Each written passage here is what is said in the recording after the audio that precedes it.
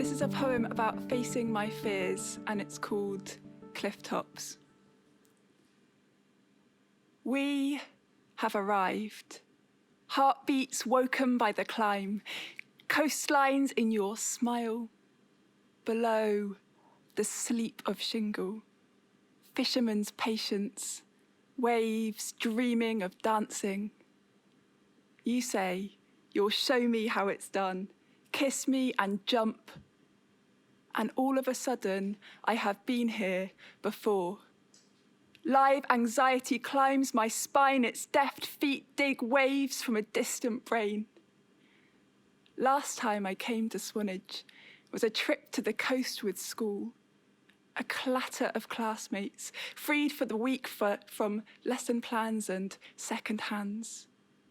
It rushes back to me, cold as the slap of sea, hands damp with panic, breath wet with attack, cliff-faced crumbling. See there, easy outlines, girls in H&M and giggles, boys outgrown by their noses. To me, there were gods, grins full of evil. Safe on my cliff top, I feared them from afar. There, shallow splash flirting, fingers graffiti in sand carved, we were here. 2005, teenage legacies soon to be ironed by tide.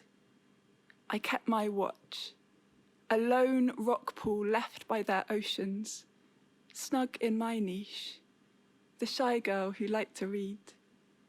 Back then, life was the chink of light under the door and the book down come downs in grey dawns, wondering when did I shrink to the margins of my own story.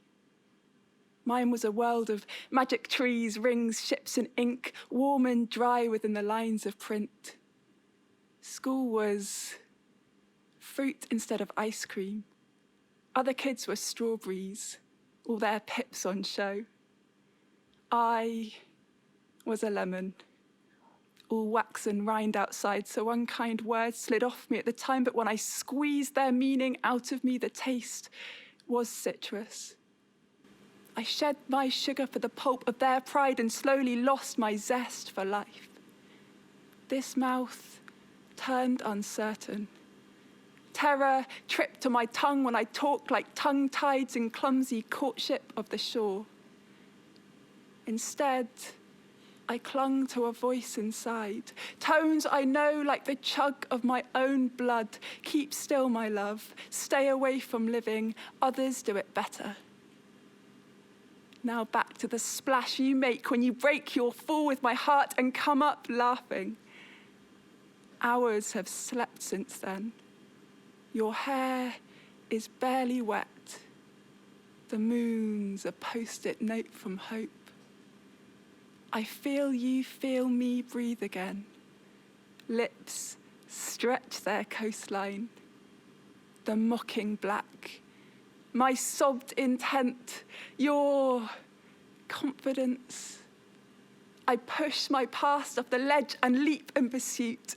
Body shocks with sense, claws for warmth, reaches for rock, up and out to your arms, calm pond.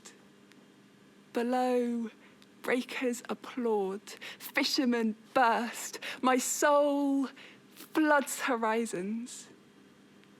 This is my cliff top, anxiety lonely as heaven, but I will not die like a wave, dreaming of dancing. Thank you, everyone. Beth Calverley. Oh, Beth. Thank you so much. I'm just going to come up and have a little chat with you, if that is okay. Thank you. Now, I know that you're not just the kind of poet that kind of sits down, writes something, and then someone's going to read it in the book. You're a real community poet. And I know that you've got something called the Poetry Machine, is that right? Yeah, that's right, yes. Can you explain to us a little bit about what that is and how that came about? Sure, so basically I'm a live typewriter poet, so I go to all kinds of places, anywhere where there's people, so festivals, hospitals, schools, universities, parks, anywhere, with my poetry machine, which is like a wooden contraption with a bright yellow umbrella and a typewriter and a bubble engine, and it's wheel along. And I speak to people, but mostly it's listening to them, just prompting them. And then I write them a poem on the typewriter, live in the moment, in a few minutes, based on what they've said, like a kind of poetic mirror. And I then gift it to them. And it's kind of a way of showing them that they've been heard and recognised through poetry. And poetry's got this incredible ability to take a feeling or what could just be a jumble of words into a better jumble of words that actually makes so much sense of things. And do you find that reflection back really helps people kind of figure out what they're feeling?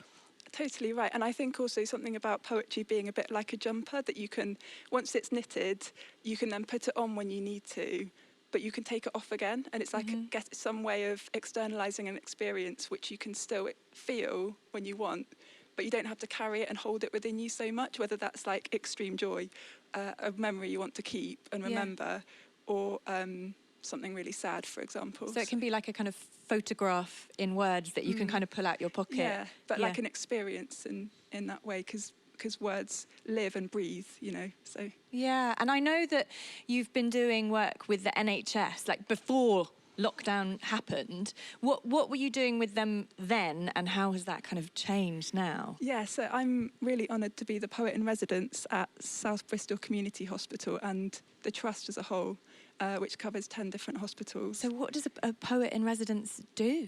So, well, in my case, what I do is I go to patients in their rooms, you know, by their beds, with my typewriter on like a medical trolley. And so they aren't expecting it. They just hear the rattle of the trolley and they might think it's going to be, you know, squash or pills or something. Yeah, and but I'm they there get with my you. typewriter. Oh, how amazing. And then I write them a poem, and I work with carers and staff as well, because obviously at the moment, tough time for staff. But and because of lockdown, there's been a restriction on visitors, but I've been writing poems from afar, so like phone calls with staff, and also I've written a few poems for different causes, like the intensive care unit asked me to write a poem, which I did, called Thread, and it connects the patients in intensive care with their loved ones who can't visit them at the moment. Oh my goodness. And so the patient gets one and the relative gets one with like little knitted hearts. Wow. And yeah, it's kind of to show them that the staff are going to be there and they're not going to be alone. Yeah, well, that is, what a gift. I mean, your poetry, therefore, is a true gift. I mean, all artists have a gift, but that you're really helping people to come together with their words. And like you say, to help people be heard is absolutely amazing. And I know that a lot of your work from the sort of research that I've done into you and found out about you is about this kind of giving people a sense of well-being and being understood. And I know that you've got a book coming out. Is that right? Yeah, that's Something right, to do yeah. with smiling. Yeah, it's coming out in November this year with Verve Poetry Press. And it's called Brave Faces and Other Smiles. And each poem in the book is about a different kind of smile. So obviously happy smiles, like pure joy, like festival, for example, festival moments, but also like only. I know. Also, well, we're having a little taste of this. Yeah, too. we are, aren't we? But also like real moments of sort of despair, but putting on a brave face, or sadness, or embarrassment, or shy smiles. You know, there's all kinds. When you think about it, there are all kinds of smiles, and that's really, there's so much incredible research into why we smile and how we connect through smiling. So yeah, it's not always joy. We can be hiding behind a kind of like, yeah, no, I'm fine. exactly. Yeah. yeah. So because you're so sort of into this idea of smiling, I thought it would be, and I did talk to you a little bit about this earlier, so I've slightly prepped you. It'd be really interesting to know what makes Beth Calverley happy. What would be 3 things that would make you happy, that bring you happiness? Yeah, well, it's quite simple, really. I guess my friends, my family, and my poetry. Before I did poetry full time, things were a lot more certain, but I wasn't happy. And when I made the decision to just focus on it completely, things changed. So, and I think not expecting to have pure happiness all the time also helps, you know. Yes, exactly. And also happiness is a daily rhythm, a daily exercise of doing things each day, brushing your teeth, making the bed, getting some fresh air, moving. It's kind of something that you have to do every single day. You've got to work at it. You've got to work at it. Yeah. Well, Beth, thank you so much for coming in to us today. Now, if people want to find out more about what you are up to, how can they find you? Well, they can go to my website, which is www.thepoetrymachine.live, or they can go and find me on Instagram, Facebook, Twitter, which is @poetrymachine. Brilliant. You are all over the place. Thank you, Beth, so much for coming in.